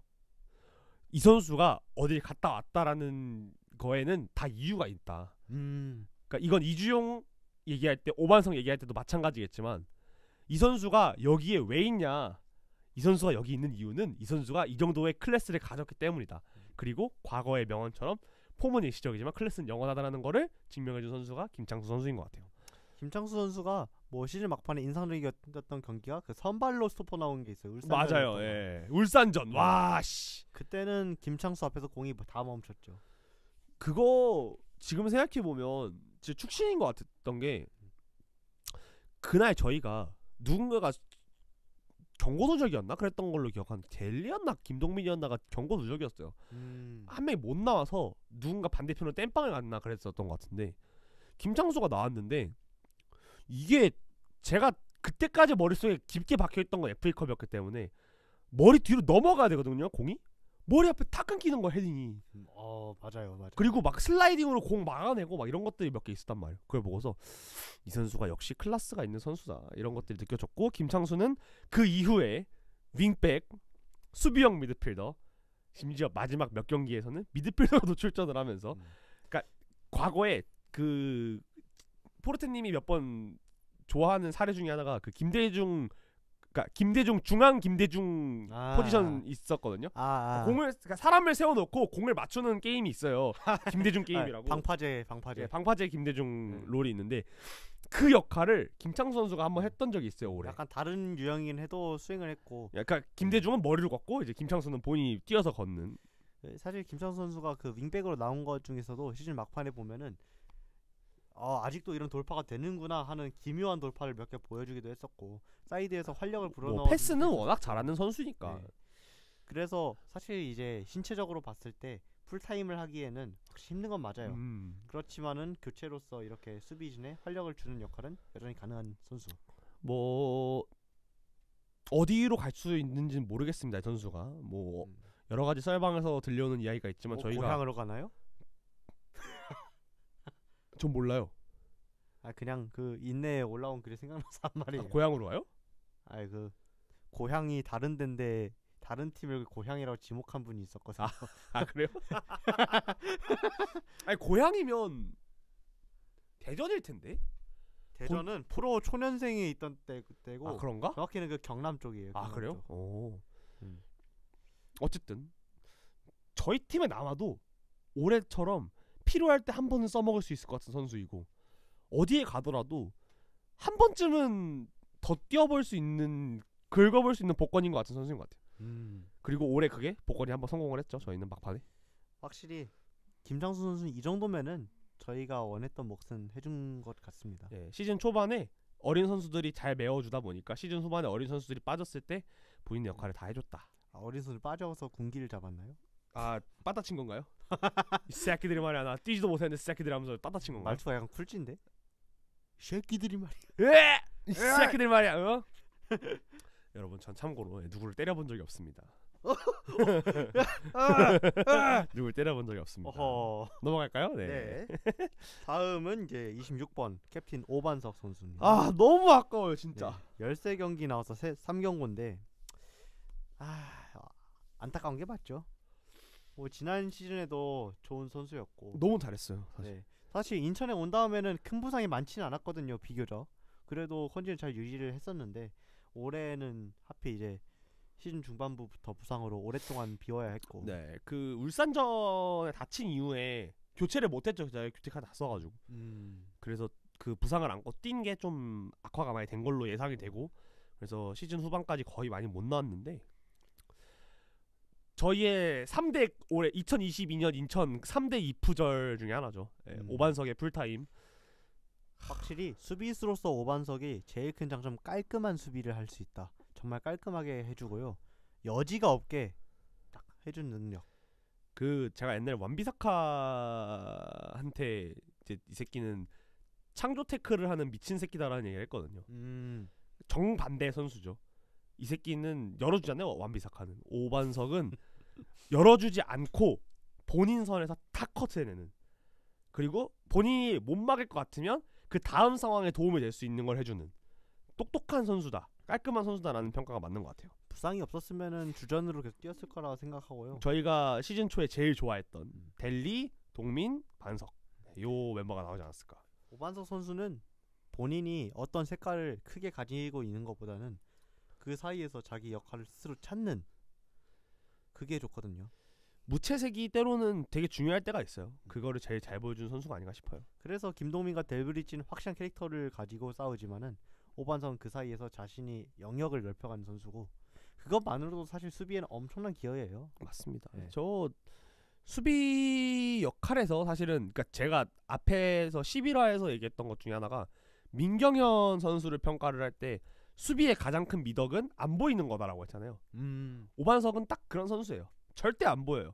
물론 가끔 정말 말도 안 되는 슈퍼 태클, 슈퍼 세이브를 해서 보일 때가 있지만 이 선수는 경기 때 본인이 튀는 일을 하지 않아요. 본인이 빌드업을 주도하거나 그런 유형은 아니고 그렇죠. 뭐 못하는 건 아니면 그렇다고 특출나게 잘하는 것도 아니거든요. 빌드업 부분에서는 그냥 적당하게 할 만큼을 하고 뭐 수비 상황에서도 제일 긴급한 상황에서는 무조건 보이지만은 그렇지 않은 상황에서는 비록 안정적으로 풀어나가려고 하는 타입인데 뭐 그러면서도 결국에 경기를 다 돌아보면 제일 잘한 수비수로 꼽을 수 있는 그렇죠. 그런 자원이죠. 괜히 주장을 준 것도 아닐 거고. 맞아요. 그 주장을 맡는 것 자체가 굉장히 신뢰를 하기 때문에 그런 거라고 생각해요. 그게 잘 보이는 선수가 오반석 선수가 아닌가 싶습니다. 그래서 다음 시즌에는 아마 진짜 팀이 최고참으로 다시 돌아올 가능성도 있는데 그렇죠. 예, 계속해서 품격을 보여줬으면 좋겠습니다. 좋습니다. 넘어가 볼까요? 28번 민경현 선수입니다. 네. 22세 이하 선수고요. 30경기 1득점 2경고입니다. 뭐 더 얘기해야 일단 30경기나 뛴 거부터가 네. 예, 그걸로 설명이 끝나는 것 같아요. 왜냐면은 그 어린 선수가 데뷔 시즌부터 30경기 그것도 수비수가 뛴다. 그것도 22세임에도 불구하고 대부분의 경기에서 60분 이상을 소화했습니다. 저는 민경현 선수 22세라고 가려놓고 일반적인 플레이어들이랑 평가를 하더라도 저는 지금과 똑같은 평가를 줬을 것 같아요. 22세 같지 않아요. 이 선수는. 그게 이 이 선수의 제일 장점이 아닌가 싶습니다. 조금 더 올라와야 되는 거는 아무래도 프로 첫 시즌이기 때문에 그 1년 내내 일정한 리듬을 유지하는 부분에 있어서 네. 후반기에 조금 어려움이 있었고 그것이 해결된다면은 풀시즌 주전으로서 더욱더 믿음을 줄 수 있을 거라 생각을 하고요. 사실 이미 이 선수는 많은 걸 보여줬어요 올해. 맞아요. 정말 많이 보여줬어요. 이미 이 정도 기량이면은 손색이 없다. 네, 손색이 없다 정말로. 수비적으로는 이미 노련하고요. 공격적으로는 사실 후반기에 컨디션 떨어져서 그렇지 좀 좋을 때는 과감하게 돌파해서 직접 박스안으로 들어가는 것도 보여준 적이 있었고 이게 이 선수의 제일 신기한 부분 중에 하나가 그 어린 선수들 특유의 얼타는 게 없어요. 그러니까 되게 현명하다고 해야 되나? 그러니까 어린 선수들은 순간 본인이 실수를 하면 급한 행동을 보일 때가 있어요. 맞아요. 과거에 이제 그러니까 제가 저번 화부터 계속 김채현 선수 얘기를 해서 굉장히 미안한데 그러니까 비교 대상이 어쩔 수가 없어요. 서로 정반대 선수다 보니까. 일단 동포지션인 것도 네, 그게 그러니까 머릿속에 지나가는 게 그렇긴 한데 죄송합니다. 어쨌든 김채훈 선수는 본인이 수비에서 실수를 하면 손이 먼저 나가는 경향이 좀 있었어요. 그러다 보니까 경고를 맞는 경우도 있었고 혹은 구두 경고 심하면 퇴장이 나왔던 경기도 있었죠. 네, 근데 그런 경기들이 있었는데 민경현 선수는 본인이 수비에서 실수를 하더라도 손이 나가는 게 아니라 발로 한 발 먼저 뛰는 그리고 한 번 더 경합을 붙어둬서 지연을 시키는 행동이 먼저 나온다는 걸 봤을 때 이 선수는 확실히 똑똑하게 축구를 하는 선수 중에 한 명이구나. 아무래도 인천에서 거쳐갔던 젊은 윙백 중에서 머리가 좋은 유형보다는 신체 스펙으로서 주목을 받은 선수가 많았거든요. 그렇죠. 뭐 옛날 갈색타나 김용환도 피지컬적인 부분에서 주목을 받은 거지 현명의 축구를 풀어나간 선수는 아니었고요. 갈색 탄원이라는 단어 되게 오랜만에 들어보네요. 별명이 갈색 탄원이긴 했죠. 네. 네. 근데 너무 오랜만에 들어가지고 약간 어색해요. 네.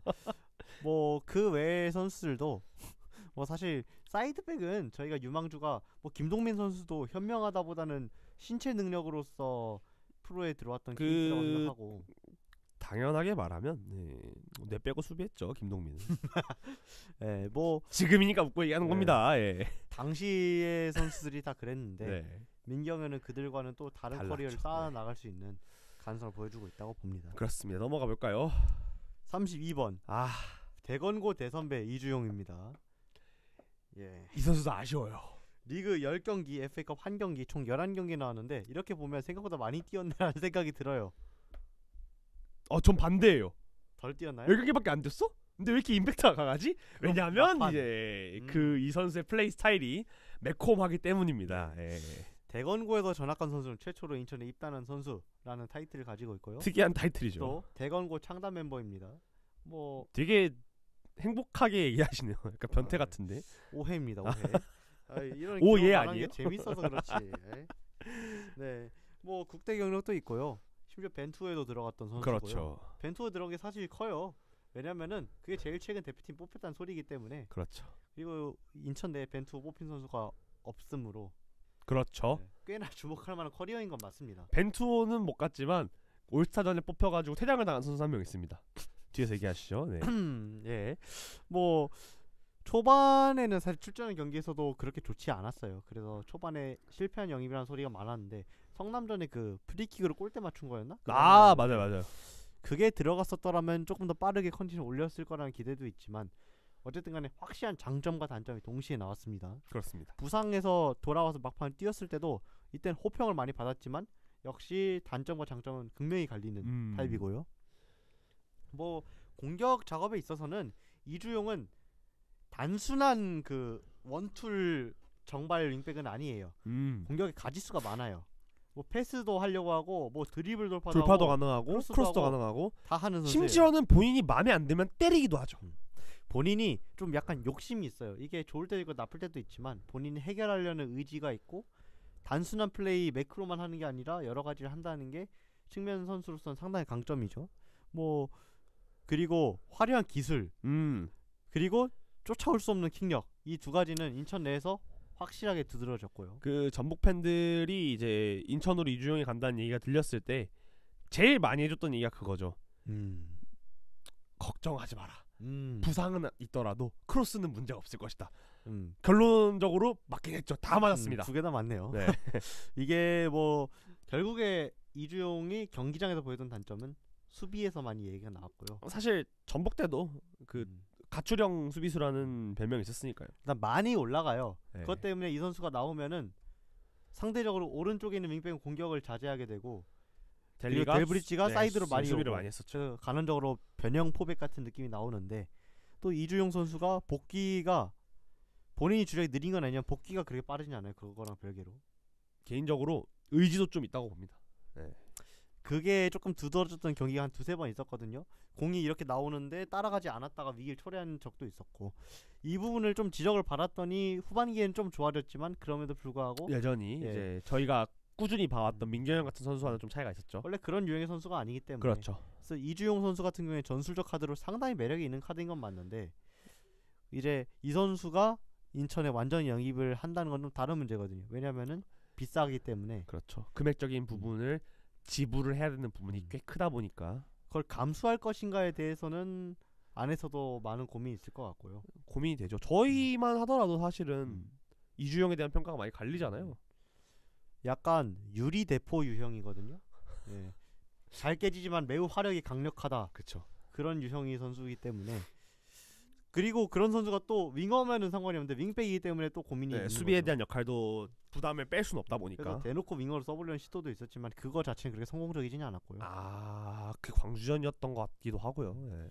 그리고 그건 사실 부상 때문에 많이 못 써본 것도 있어서 많이 못 뛰다 보니까 사실 그 광주전의 이주용은 우선 풀핏이 아니었고 오히려 공격적인 부분을 테스트를 해보려고 했던 거라고 생각을 해요. 사실은 만약 주전 윙어 이주용이 나왔으면은 김도혁이 입지에 영향이 있었을 거라 생각은 해요. 왜냐면은 왼발잡이라는 것도 있고요. 그리고 그 저희의 아버지 중에 한 명이 이제 모버지께서도 이주용을 이제 공격수로 한번 써보려고 했었죠.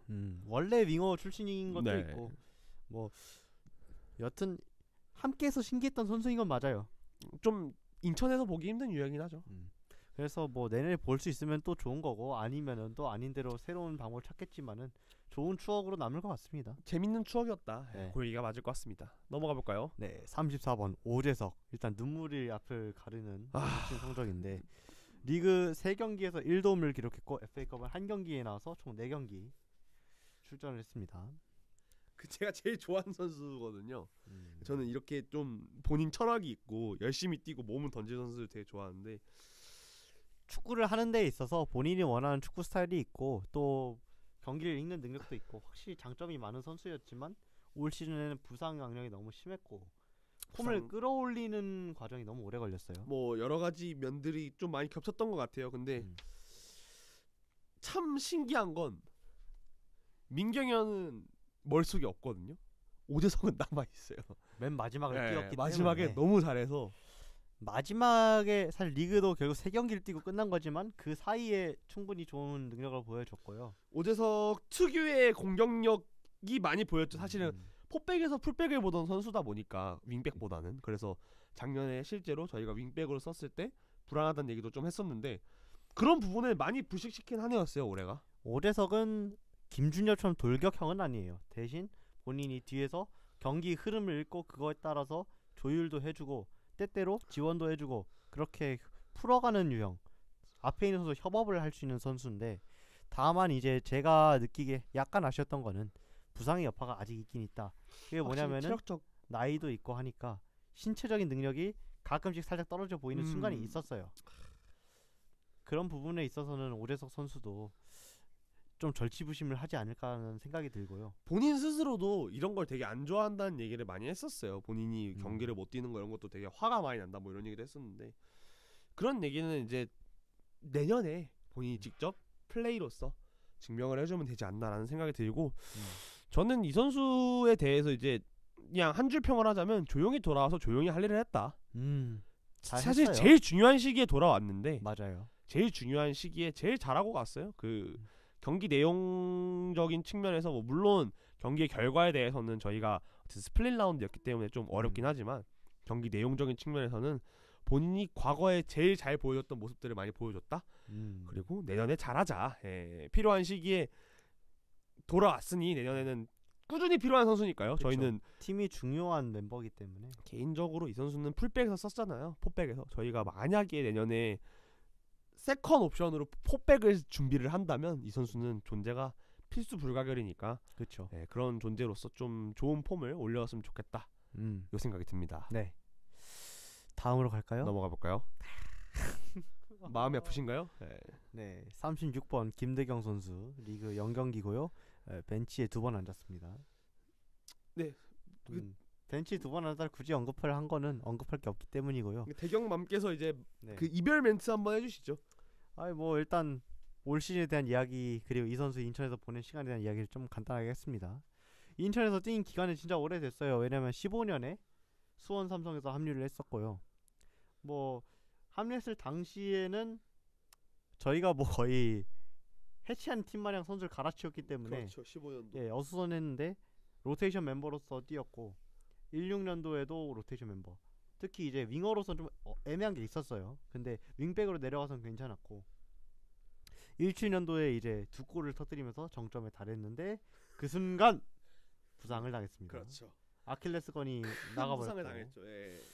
아킬레스건이 나가면서 그 시즌 기록은 2경기 2골로 끊어버렸고요. 그렇게 한동안 잊혀진 이름. 2018년에도 벤치 한번 앉은 걸 끝으로 출전하지 못했습니다.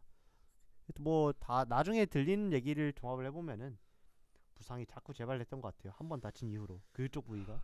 이게 저는 김대경 선수 생각을 해보면 이게 포르테님이나 김대경 선수의 팬들이 어떻게 생각할지 모르겠지만 애매해서 살아남은 선수예요. 사실 그것도 맞아요.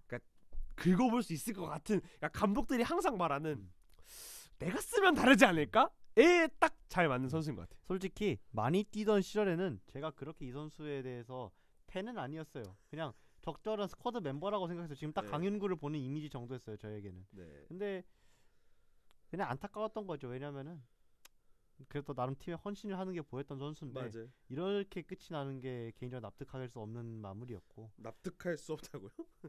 저는 그냥 좀 좋게 떠났으면 좋겠는데 그러니까 완전히 잊혀진 이름으로서 떠나는 게 좀 그랬고 경기를 한두 번이라도 좀 뛰고 나갔으면 19년에 딱 한 번 뛰었었는데 부상 이후로서 뛴 걸로는 마지막 경기였는데 그 경기에서도 인천 3대0으로 졌죠. 대구전이었고요. 리그 뭐 꽁푸엉이 레전드 찍은 날로 기억하고 있습니다. 예. 뭐 꽁푸엉 레전드 경기라고 하면 다들 기억하시겠네. 뭐 그러고 나서 군대 문제 해결하고 네. 돌아왔지만은 올 시즌 결국 벤치 2번 하는 걸로 끝났고 약간 만지작만 거렸지 결국 꺼내지 않았어요. 몸 푸는 건 많이 봤는데 이게 너무 멀티플레이어긴 한데 이 멀티플레이어라는 게 쪽 좋은 건 아니에요. 얼리그까지 포함하면은 진짜로 센터백도 뛰었거든요. 네. 참고로 이분은 알리그 출전 기록을 모두 보유하고 계신 분입니다.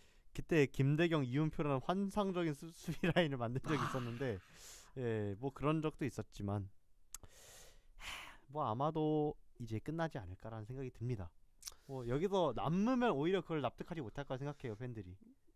남으면 그때부터 이제 다른 문제가 생길 수도 있겠다. 근데 만약에 남았는데 갑자기 잘해, 그러면 얘기가 다르겠지만 보통 그렇게 생각을 안 할 거기 때문에 제일 큰 문제가 쉽지 않아요, 그게.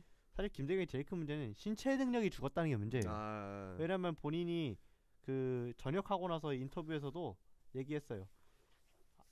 원래 이 몸 상태 지금 몇십 %밖에 안 된다. 끌어올려 보겠다. 그런데 이제 안 돌아오는 거예요. 이게 원래 오른발잡이인데 그쪽이 끊어져서 이제 강제 왼발잡이가 되는 것도 있고요. 수많은 문제가 있어요. 지금 선수로서의. 마음이 너무 아프다, 네. 진짜. 너무 크게 다친 게 안타깝습니다. 참 이 말 말고는 할 말이 없네요. 이거는 이제 저는 개인적으로 이제 명단을 저한테 넘겨주셨을 때 있길래 그 포르테 타임을 드리고 싶었다. 어쨌든 저희는 모든 선수들을 되게 아끼는 마음에서 하는 방송이니까 김대경 선수의 마음을 가장 잘 대변할 수 있는 분은 포르테님이겠다 싶어서 시간을 좀 드렸습니다. 자, 넘어가 볼까요? 다음 선수도 뭐 사실 또 마음이 이미 아프시죠? 나간 선수죠. 네. 42번 황정욱 선수였고요. 22세 이하. 리그에 끝내 출전을 하지 못했고요. 올해 좀 특이하게 왔죠. 네, 제대하고 바로 왔으니까요. 굉장히 이른 나이에 군대를 해결했기 때문에 그게 메리트였는데 결국 인천에서는 리그에서 기회 못 받았어요. 2019년에 뛴 FA컵 한 경기가 인천 소속 마지막 경기고 뭐 노원맨이 주변에 있잖아요. 저희 주변에. 네, 그 K4 찌라시맨. 그 양반이 이 선수가 노원에서 어땠는지에 대해서 종종 얘기를 해주기도 했는데 뭐 리그 먼저 뛸 수 있을지 모르겠다 라는 게 대체적인 이야기였고요. 뭐 이 선수가 피지컬이 정말 좋아요. 맞아. 키도 크고. 피지컬이 좋고 어느 정도 머리가 좋은 유형인 것도 있고. 근데 이제 수비수로서 제가 FA컵에서 뛸 당시에 느꼈던 거는 선수의 스타일이 아직 애매하다. 파이터도 아니고 커맨더도 아니고 두 개 중에 무언가인데 자꾸 오락가락해요. 경기 중에 본인 스스로. 그렇군요. 그런 중심을 못 잡는 게 아쉬웠고 군대를 갔다 와서 그걸 해결했으면 좋겠다고 생각을 했지만은 결론적으로는 노원에서도 약점으로 스피드를 지적을 받았던 걸로 알고 있거든요. 제공권은 있는데 근데 그런 선수들이 프로에 와서 경쟁하기 어려운 것도 있고 인천에는 제공권 머신 델브리치가 있었고 그렇죠. 그러다 보니까 22세 선수라는 걸 제외하면은 경쟁에서 내세울 만한 게 많이 남지 않은 상황이었다고 봐요. 그게 안타까웠고요. 뭐 김준엽이 포지션 변경하는 상황까지 왔는데 출전을 못한 거는 결국 감독님의 픽은 아니었다라고 봐야겠죠. 그렇죠. 그리고 저희가 올해 센터백이 어찌 보면 쟁쟁했어요. 네. 참 정우가 원창아 잘 지내. 네, 여태까지 한 번 더 이제 마지막 멘트 해주시죠. 어디서든 간에 꼭 빛을 봤으면 좋겠고 이거랑 별개로 대건고 출신 센터백 중에 성공한 선수가 하나는 나왔으면 좋겠어요. 왜냐면 센터백 너무 성공하기 어렵고요. 박지수는 우리가 키운 게 아니에요, 솔직히. 그렇죠. 그렇기 때문에 대건고 출신은 우리가 센터백을 응용한 적이 없어요. 네, 그래서 그런 면에서 좀 대형 수비수를 하나 우리가 키울 수 있으면 좋겠다라는 바람입니다. 알겠습니다. 넘어가 볼까요? 네, 마지막 화려하게 장식해줄 선수죠. 47번 김동민. 리그 32경기 1돔 10경고 1퇴장. FA컵 1경기 1경고. 네, 카드만 12장입니다. 아, 내 카드 진짜 많이 받긴 했다. 뭐 김동민 선수는 뭐 저희가 앞에 회차에서도 많이 얘기를 했었지만은 이 팀에 있어서 빼놓을 수 없는 선수였던 게 맞고요. 올해 그 깔끔한 축구의 인천과 과거의 팀 컬러를 잘 연결시켜주는 교두보 같은 선수였죠. 어려운 일을 도맡아 해줬고요. 김동민이 없었더라면 우리가 여기까지 올 수 있을까라고 하면 노라고 할 수밖에 없죠.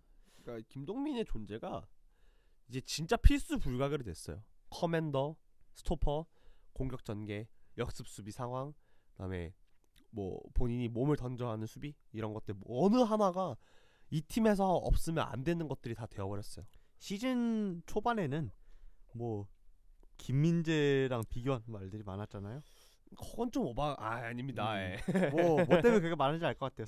스타일 그쵸, 면에서는 그 머리 스타일도 그렇죠. 예. 물론 김민재가 더 잘한 건 맞습니다. 네. 저희는 무지성으로 하지 않습니다. 네. 그 사실 시즌 전체 봐서 아까운 거는 전반기에 비해서 후반기 페이스가 확실히 떨어진 게 보였던 거랑 지친 기색. 그럴 수밖에 없었어요. 사실 거의 이 정도로 풀타임을 빡 뛴 건 올해가 처음이니까요. 이로 인해 생긴 자잘한 잔실수가 있었고 그걸 공략당해서 실점한 경기가들이 있었는데 하지만 그럼에도 불구하고 시즌 전체로 봤을 때 기여도가 너무 높았고 김동민이 역할을 대체할 선수도 없었고 그렇죠. 네. 특이한 유형의 선수예요.